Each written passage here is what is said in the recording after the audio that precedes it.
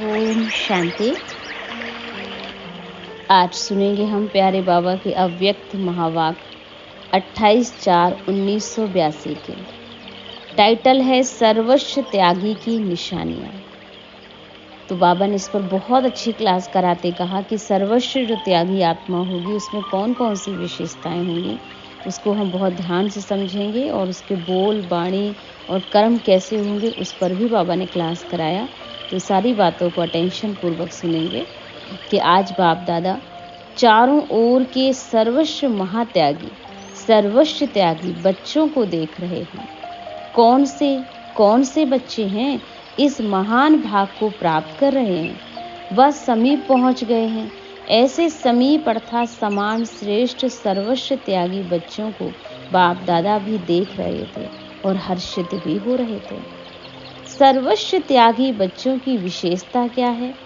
जिन विशेषताओं के आधार पर समीप व समान बनते हैं, तो साकार तन के द्वारा भी लास्ट बोल में 3 विशेषताएं सुनाई। वो 3 विशेषताएं कौन सी थी, ध्यान से सुनेंगे। पहली विशेषता है संकल्प में सदा निराकारी सो साकारी, सदा न्यारी और बाबा की प्यारी आत्माएं अनुभव किया। दूसरा, वाणी में सदा ही निरहंकारी अर्थात सदा रूहानी मधुरता और निर्माणता का अनुभव किया। और तीसरा, कर्म में हर कर्मेंद्रियों द्वारा निर्विकारी अर्थात प्यूरिटी की पर्सनैलिटी वाली अनुभव किया।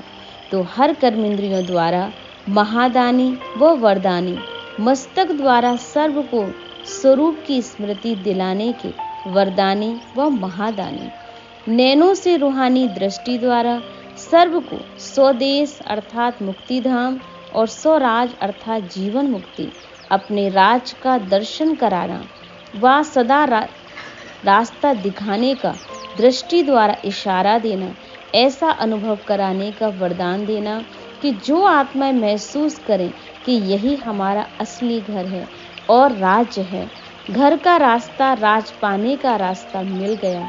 ऐसे महादान व वरदान पाकर सदा हर्षित हो जाएं।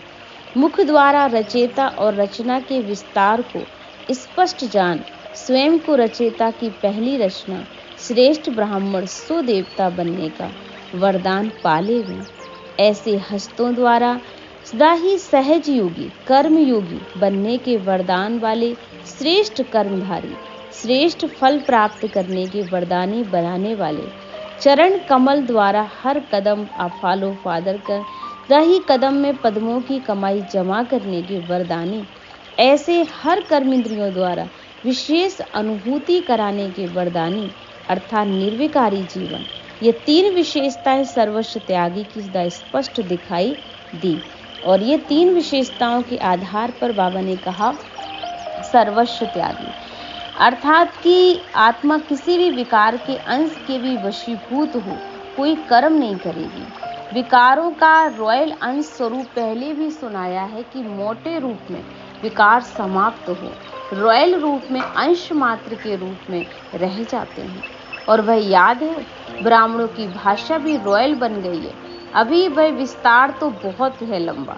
मैं ही यथार्थ हूँ, वह राइट हूँ, ऐसा अपने को सिद्ध करने के रॉयल भाषा के शब्द भी बहुत है। अपनी कमजोरी छिपाकर दूसरों की कमजोरी सिद्ध करने व स्पष्ट करने का विस्तार करना, इसके भी बहुत रॉयल शब्द हैं।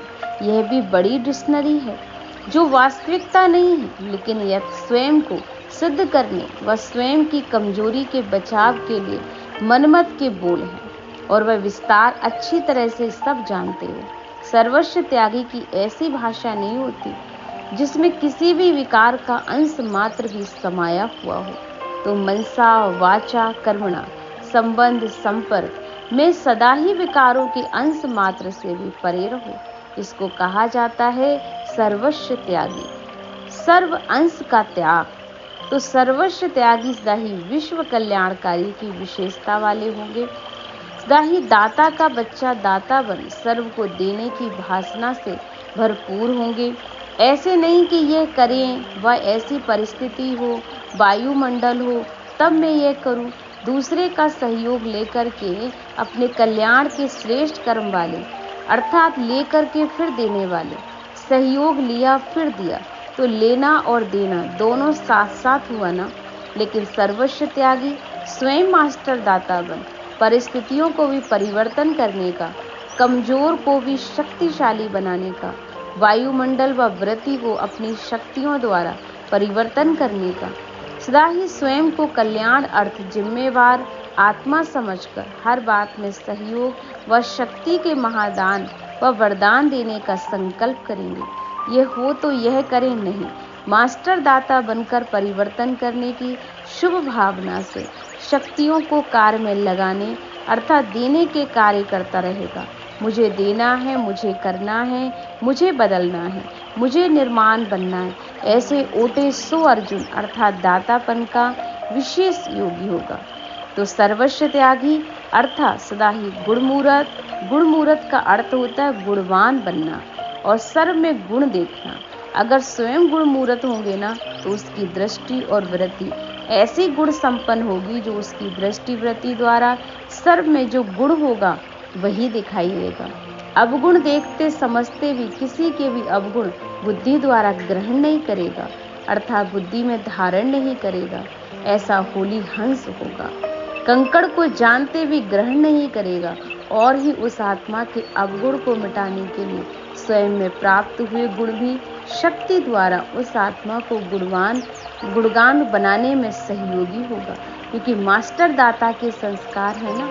तो सर्वस्व त्याग सदा ही अपने को हर श्रेष्ठ कार्य के सेवा की सफलता के कार्य में, ब्राह्मण आत्माओं की उन्नति के कार्य में, कमजोरी व व्यर्थ वातावरण के बदलने के कार्य में जिम्मेवार आत्मा समझेगा।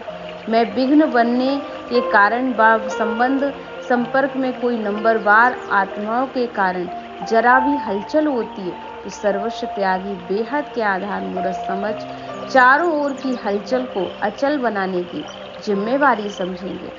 ऐसे बेहद की उन्नति के आधार पर मूर्त सदा ही स्वयं को अनुभव करो।